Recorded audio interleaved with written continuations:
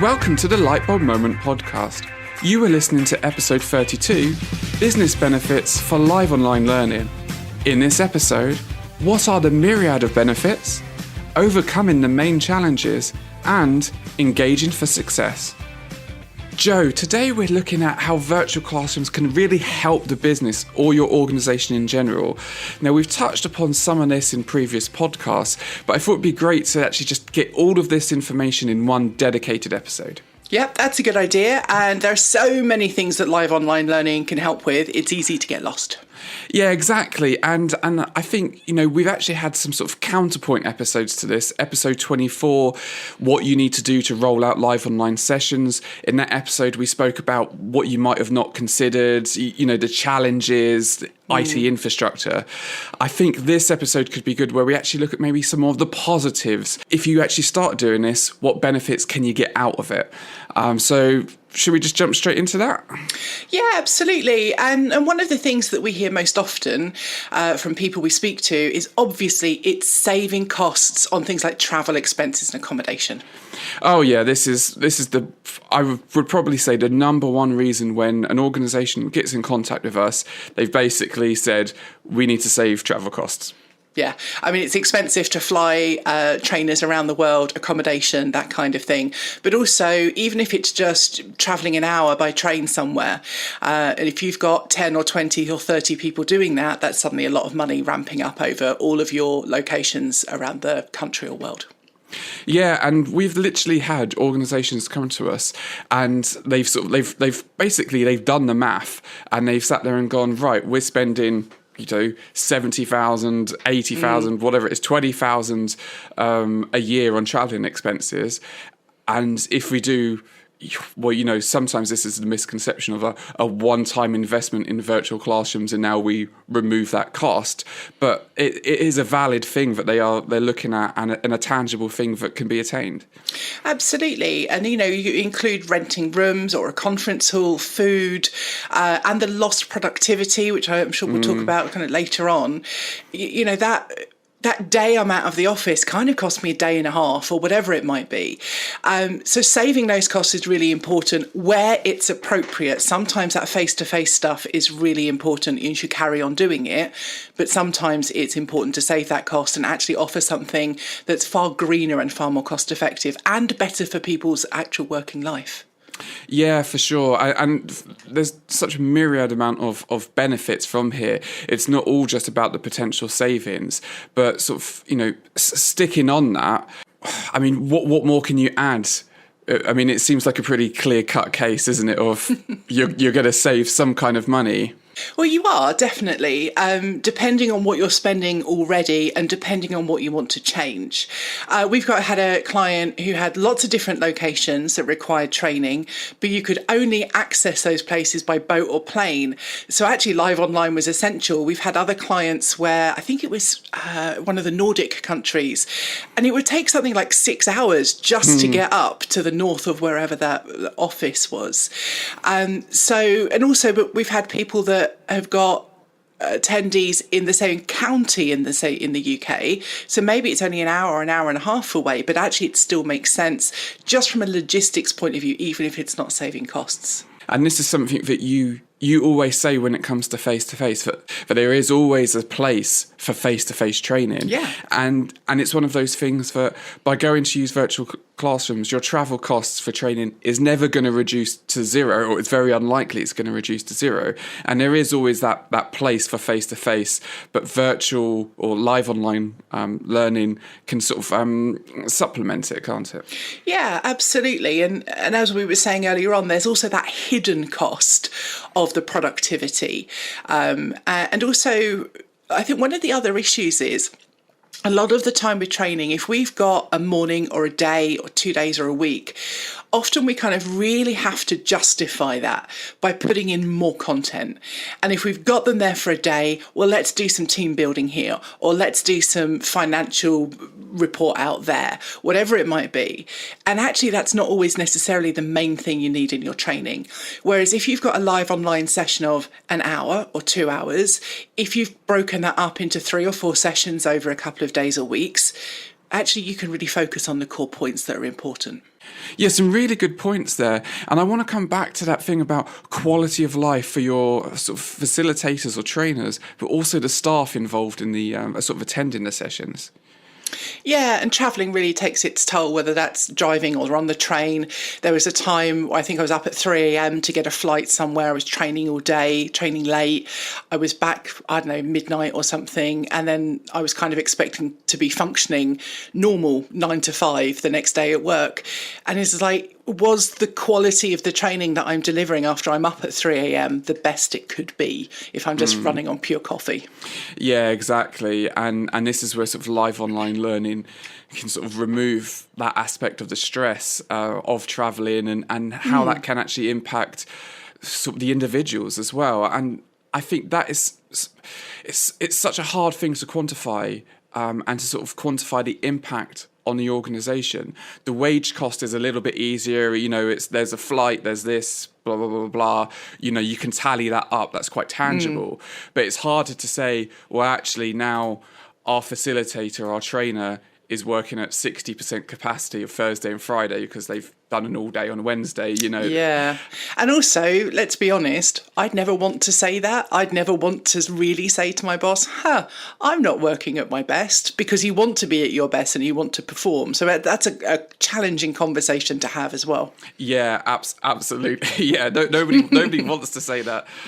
But it's one of those things, we all kind of know it's a given, if you've just done a 16-hour day and you've gone through 2 airports and 2 long taxi rides or a train ride or whatever, you're not going to be functioning when you either get back to the office or, as you say, perhaps even when you actually go to deliver the session you're supposed to be delivering. So, yes, definitely some really good points there. And I also want to sort of dig deeper into sort of let's try and get our head wrapped around the fact that it's not as easy as just saving money, job done. No, of course not, because actually it's a different process to go through. So whilst we're talking about saving money on travel and accommodation, and of course there's the well-being aspect and the green aspect, actually you need to invest time and money into doing it right, first of all. So there is an upfront cost, but then it's about saving money over the year, for instance. Yeah, exactly. And sort of one of the points I want to focus on is, it's how you actually deliver that content. Is the learning quicker? Can you get the delivery across quicker? It's more agile, it's more efficient. Yeah, exactly. And in episode 21, you spoke to John Swallows, who at the time was from Specsavers, and he mentioned how he'd literally seen the impact of this. Yeah, it was all about kind of seeing like there was a new product being launched, or you could react to what your competitors were doing. And by using live online, you can write your session, test it, whatever, and get it out to the audience ahead of your competition. So that episode 21 was really great on that point alone. And how does live online learning actually increase the speed of this? I mean, explain it in sort of layman terms. How does it actually help? Well, what you're doing is you're removing the barriers of even just the logistics of having to book a room for training. And the rollout can be quicker in that sense. Yes, you've still got to find time in people's calendars, but maybe you're finding half an hour or an hour rather than all day plus travel. You send out an email with a link to a virtual room. That's really quick. And there's less impact for our attendees because they can do that at work. So that could be at their desk. If they're in like a shop environment, it could be in the break room. Generally, it's quicker and easier than having to take out a day or half a day and travel somewhere. I think that's a really interesting point that you've made there, because you might need to actually assign someone in HR or logistics or whatever to be like, right, find us a location which is within X miles of all of these people who need to actually attend this session. Find a hotel for our trainer, find a flight, find this. Whereas live online, you're literally just going, hey guys, here's a calendar invite. log in on Yeah. this day. Are you in the office on that day? Great, we're going to run it. And it's also much easier to run repeat sessions. So rather than having to do 3 or 4 sessions in different parts of the country or different countries, you just run them at different times. So there are times when I've been up at 1:30 to do something for Chicago time. But you know what? I'm at my home office for me, or it could be at your local office, and you're not having to travel. I don't mind doing that because I haven't had to have 2 flights to get there, quite frankly, for an hour of training. What sort of an interesting aspect of this is what you've said there is being able to provide additional training or more sessions to potentially a more diverse group of learners in more diverse areas around the world, or Yeah. Well, there's a lot of times where I've been in situations where I've been the trainer in the head office in London, let's say. And this is why I did so much travelling out to the European offices. This is, 10 or 15 years ago now, because we didn't use live online learning. And the offices would have 1 week a year when I was there to do training with them. And so they had to fit all of their training in that week. Now, that's ludicrous when we look back at it. Why couldn't I be in the London office and once a month we offer training out, or once a week, or somebody says, I've got 3 people who need training on Excel, whatever. And you go, okay, let's put something in the calendar for next week. Yeah, and what about all of this like spaced out learning, break up the learning, whereas you're literally saying... I like that you called it spaced out learning. Spaced repetition is what you mean. But I like spaced out learning. I think we're going to make a new trend then, like spaced out learning, dude. That could have a different connotation, yeah. But the point is, that is quite ludicrous.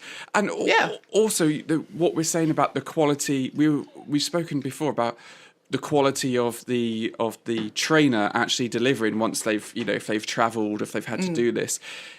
That goes both ways. If you've got, in that situation, like you said, the trainer, you've got 1 week every day, you've got to get all of this content out. That's probably going to impact, especially when you get to Wednesday, Thursday, Friday, it's going to impact that delivery. But what about the attendees?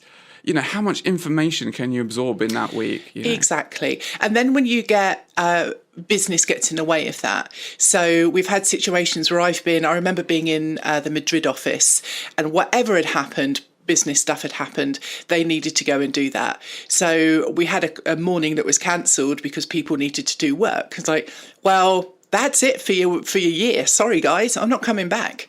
I can't stay till Monday.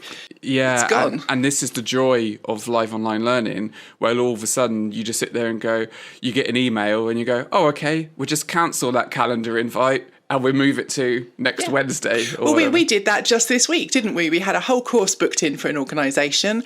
The first session, loads of people were out sick. So it's like, you know what, let's move the whole course back a month because we've got other stuff going on. It's like, yeah, it's easy. We haven't got to change flights, haven't got to try and find a room to book somewhere else.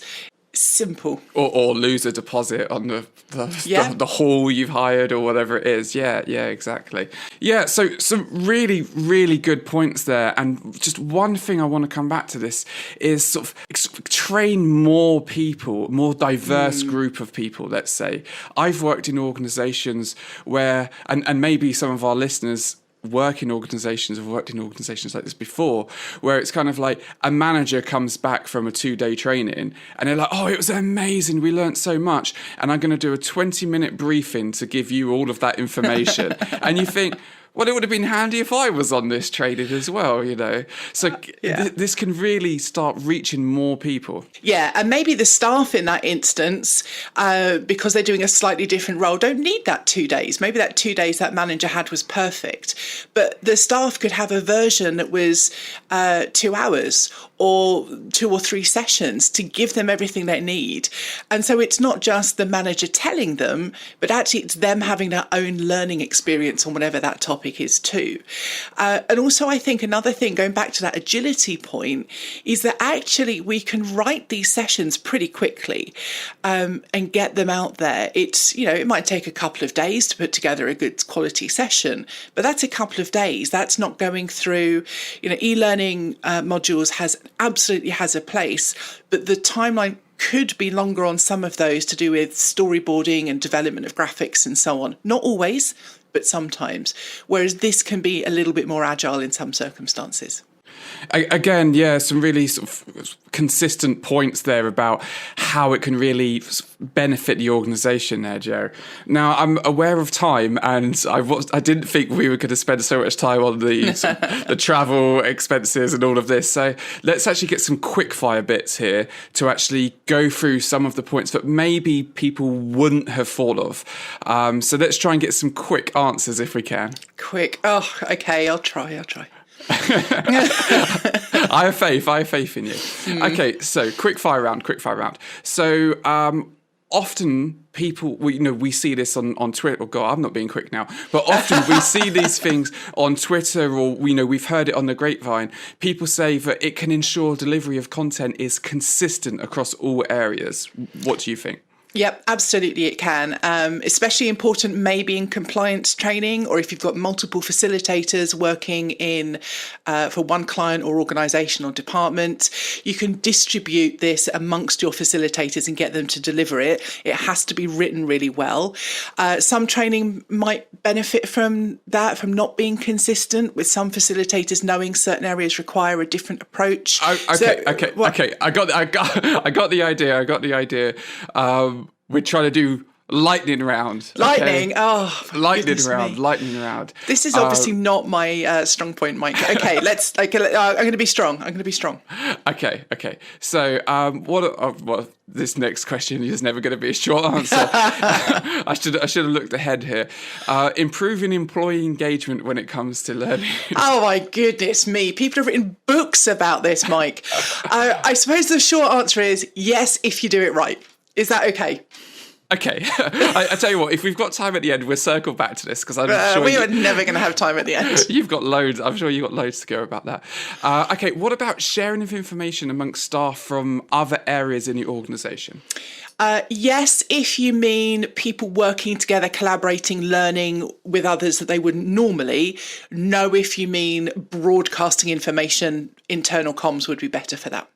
Right. Okay. Yeah. No, I'm talking about getting people from, the different aspects far flung of the organisation. Yeah, that could be geography, that could be departments, teams, or levels. That's all really good. And it's something that actually a lot of people don't always realise. It's kind of an unwritten benefit. Okay. Next one. Develop agility amongst staff. Well, just like online yoga. I guess, yeah. I mean, because what can happen is that people can feel it's easier to request training.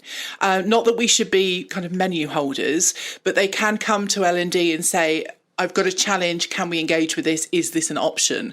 And because we can develop training a little bit quicker, we can then focus on those real world work issues. Wow, great. That's a great answer. Okay, hit me with one more. I'm on fire now. Okay, fine. Last one then. Improve employee skills and comfort with technology. Ooh, good one. Again, potentially yes, because what we have to do is get both our trainers and our attendees to overcome that technology barrier and communicate online.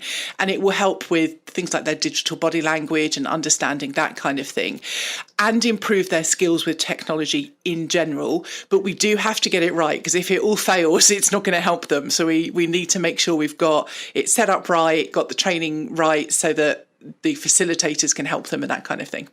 Okay, yeah, no, that was really good. So, and relax. You've survived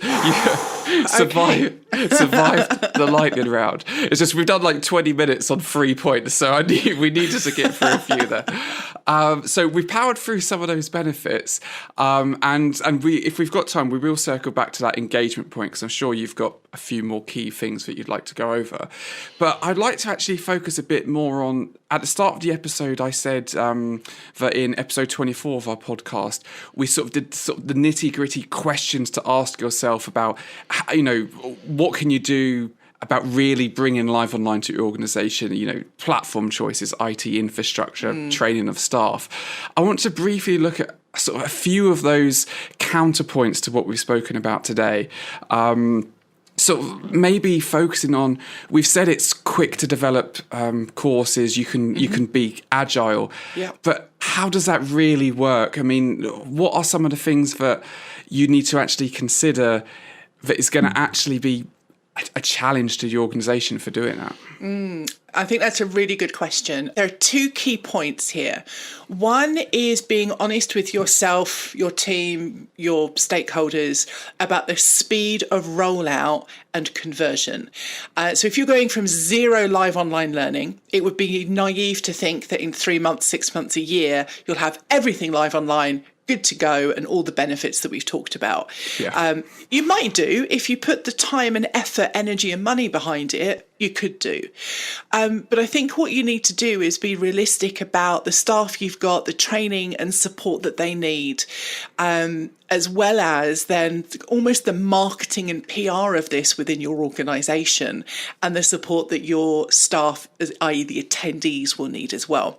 It can take time for the organisation to really embrace a different way of learning, because we've heard that, people say if it's not in a classroom, it's not development. It's a cheap, poor man's version. There are some really core sort of points that you've made there, and I want to reiterate some of them, because often when it comes down to this, organizations that we've spoken to have, when they've initially come to us for a course, and we always say to them, what's your plan? What's your end goal that you want to achieve from this? And all of a sudden they say, we want to cut traveling costs by 90% by next year. And you just sit there and go, wow, okay. It was like, that's your end goal. That's an achievement, which is good. Yeah. But actually, if that is your main motivation, is saving money, you need to then sit there and think, okay, how much more money do we need to invest in making sure our staff are with us for this? Yeah. And often, if that is the case, where you've said to people, right, we don't want you traveling so much, you're now doing live online.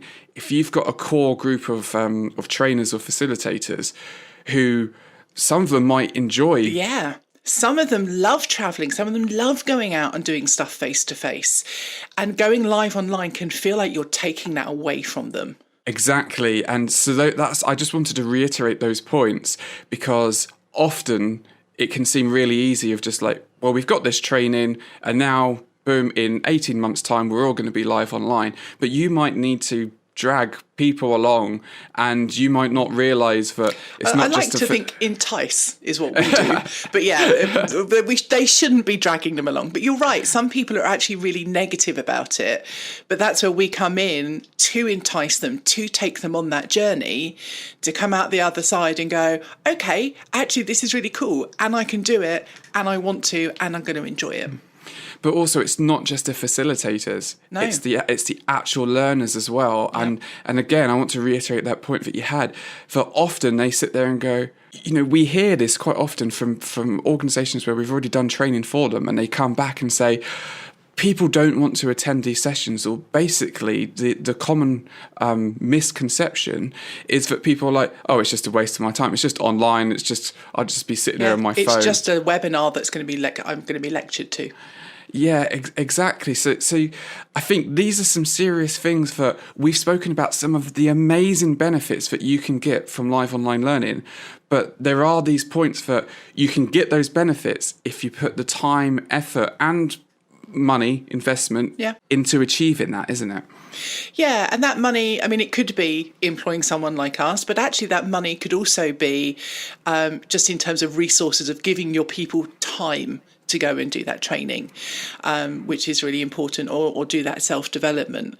And it's around, these big issues of the culture of learning in the organisation, of what backing you have from your stakeholders, whether that's HR or L&D or operations or CEO, whatever that might be. So there's some really kind of more serious points to that. Yeah, for sure. And I think that the last sort of big thing that I wanted to tackle with this, and you mentioned it very briefly in what you were saying there about the challenges, it's the conversion of that face-to-face, because that is quite a specialist skill. Yeah. And I think many organisations don't realise that, they kind of have in their mind of going, right, okay, we're going to be live online in 18 months' time, so we've already got 50 training courses, just whack those onto online and we're done. And it does not work that way, does it? It doesn't. And it's the same for e-learning as well. If you had those 50 training modules, courses, and you wanted them to turn to e-learning, you need to go back to scratch and go, well, are those 50 things the right things? There's that whole piece there. And then it's, what do you convert it to? If it's a day, what do you turn that into? How do you change it so that you can take advantage of all the technology?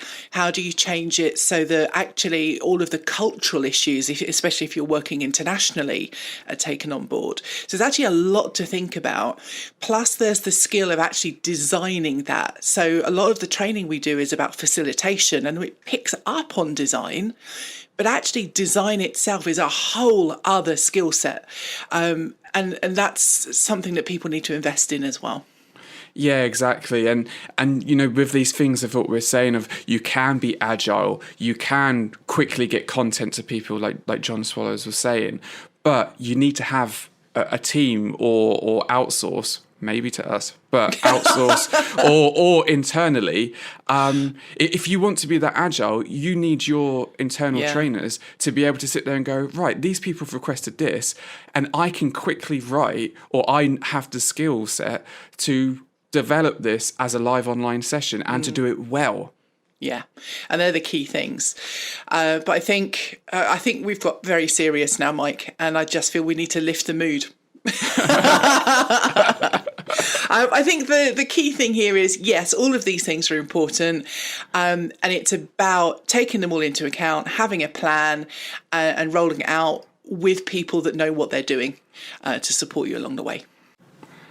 Okay, so good point. Let's go back to lightening the mood. And I realise this whole episode was supposed to be sort of the benefits and the positives, and we've just hit quite a few of those sort of challenges. But I think it was really worth noting those. So I promised that we would. Yeah. But sorry to interrupt, Mike, but those challenges, they are serious, they are important, but the flip side of those is if you tackle them and do them right, they're benefits. Yeah. So that's how I would see that. Yeah, no, absolutely true. I just didn't want it as like, oh, just by implementing live online learning, you get all of these benefits. There's there are bigger issues at stake as well. Exactly. There's a journey to go through. And on that journey, I promised we would circle back to that engagement question, because it was a bit mean of me for a lightning round engagement question. But just, and I know you've done so many blogs, so many videos, so many interviews about this, but just give me those core principles.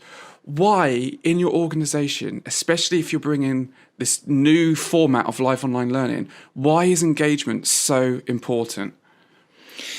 It's all about the people that you're working with.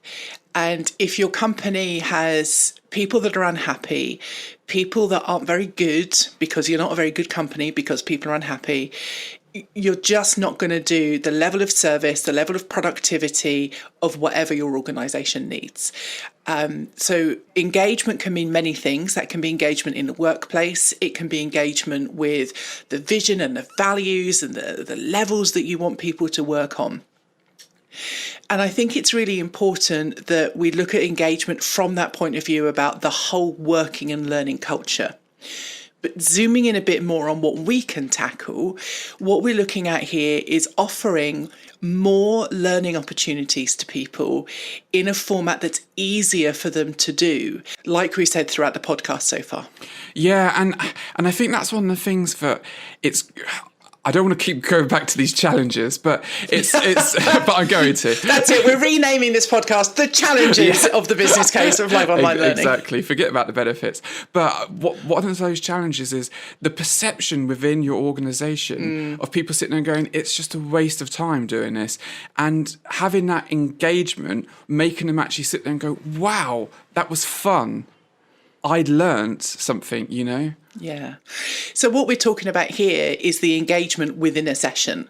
So that's within a session, as well as maybe the marketing around it, maybe the way that we actually get people involved beforehand. And that could be through forums, Slack or Yammer or whatever it might be. But the engagement within a session is important. We were talking to someone recently who was saying, all right, we've been on your course. We tried to get engagement in the sessions. It kind of just wasn't working. And we said, okay, so you've got things around how did you design it? How did the person actually deliver it? What was the culture of the people that you were delivering to, as well as the content? What did you do before that and around it? So there's lots involved here, but if you do it right, people come away and go, that was fun, it was engaging, to overuse a word. I didn't look at my email, and actually I learned something and I can take that back to work. And this was a good experience. Yes, and I think that is the point here, is the fact that potentially if you haven't sort of set the scene basically of what this live online learning is, or what it means to your organization or to your facilitators and to the learners, then they're going to be going in with their own misconceptions of what they've observed before. And I think a lot of people, and this is a stereotype and there's broad strokes here, but I think a lot of times people within an organisation, they sit there and go, oh, right, we're going on this virtual classroom or we're going on this live online session. It's basically going to be a webinar because they've probably attended webinars. They have that in their mind. Or it's just a conference call. I can have everybody on mute and I can go and dig through my overflowing inbox. Yeah, exactly. Whereas to get these benefits, I'm going back to the benefits now, but to achieve these benefits, it's actually, you need these people in your organization to actually sit there and go, wow, that was good. I've learned something that now I can take away and now do in my job, or I now understand how to do this. To be fair, it's just like any other learning event. And I'm going to take a live event like a training event as opposed to e-learning. But it applies to all of it. If you do it badly, it will get a bad reputation. If you do it well, it'll get a great reputation and people will want to do it. It's kind of as simple as that, really. It's a bit glib, but it's that simple. Yeah, and I think coming from a business point of view, because I'm the business operations manager, I'm always looking at things of like, how is that going to look on the balance sheet at the end of the year? And I think it's one of those things, if you're honest with yourself, if you are literally thinking, we want to implement live online learning, yet all of these other benefits of people not in silos and, we're getting more social learning, if all of those are niceties, but your main goal is we are cutting costs, then by making sure that you get this engagement and that you get a positive reputation from attendees and that then your facilitators are enjoying it and are delivering great sessions, then that is going to impact that cost saving as well, because your sessions are going to be better and you're going to be training more people, and less people are going to think, no, actually, I'll wait and I'll go on a face-to-face session. Yeah. And that engagement, that productivity, there's tons of research out there that shows that you can go and measure basically like happiness at work. And live online learning done well is one of the many, many, many, many things that can help with that. Yeah. And I think it's all about, it's bringing all of this together, because it is, with all of these benefits and the challenges, it's an overarching thing that you need to think about all the different aspects of it. It's almost like an octopus. You've got all these arms flailing, and you can't just focus on cutting costs or, this training these facilitators. You've got to make sure that everything comes together, that you've got the facilitators are happy, that you've actually sort of alerted people, your staff, what to expect, and then get all of this sort of singing from the same hymn sheet. Yeah, absolutely. So that's where you work with your senior stakeholders, your management, whoever is supporting this and backing it, but also then whatever your role is, whether you're a facilitator, an admin, a HR director, whatever it is, it's looking at, well, what is the bit that I control and do really well? Is it the supporting my facilitators? Is it the internal comms about this new way of learning that we're doing, or whatever it is? So there's two parts of it. What am I responsible for and can I do? And what's my role as part of that bigger picture as well? Yeah, and I think this is one of the things that often you can kind of feel, whether you are the senior stakeholder or the L&D manager, whoever it is, often you can kind of feel like, oh, I think it's going to go this way. And all of a sudden, when you start getting the pulse of the facilitators and the learners, all of a sudden you realize, wow, there is actually either a lot more people happy and want to get engaged with this, or you sit there and go, I didn't realize there was this much of a negative thought process that comes with this. And I don't want to sort of start promoting all of our different things or services that we provide, but I think this is an interesting... However, you're going to. However. No, just one aspect. And this is something that when we started sort of running our courses, we all of a sudden realised that it's quite a... it's a big... It's quite a big step, isn't it? Yeah, exactly. It's like, wow, you're going on... We want your trainers, we're going to train them, it's X amount of money. And actually... we developed what we call a First Steps webinar. So it's for like 100 people within your organisation, hopefully sort of as many of your facilitators, but also it's just for general learners, stakeholders to get involved. And it's where we go in and really just discuss, almost like what we've done on this podcast, we discuss with them and say, okay, what are the challenges in your organisation? What are the benefits? What are you scared of? How do you think this can work? And that is really interesting that often we've got sort of an L&D manager come to us and say, oh, okay, let's start off with that aspect. Let's start off that First Steps webinar. And then at the end, we speak to them and they go, I had no idea that this was the case, that people were thinking this. And that is... positive and negative. But at least then and you can address it. Yeah, exactly. And then we can actually sit there and go, right, okay, well, with this aspect, you should think about doing this kind of rollout, or you need to get some kind of promotion to your general staff to be like, this is coming, this is what it means kind of thing. Yeah, or let's do a pilot, let's try this approach. Yeah, exactly. And the reason I wanted to mention this, not that you should buy our First Steps webinar, but you are the worst salesman in the world. I know. But the point is that sometimes you need to ask yourself internally in your organisation, okay, actually, how does this work? How is this going to work? And actually get the pulse of everyone. Yeah. Speaking of how this works, how long have we been chatting about this now, Yes, Mike? this might actually be one of our longest podcasts. So, in which case, to summarize, so we've gone over the benefits of you can save costs with traveling, you can maybe save quality or gain quality of life. Improve quality. Save quality.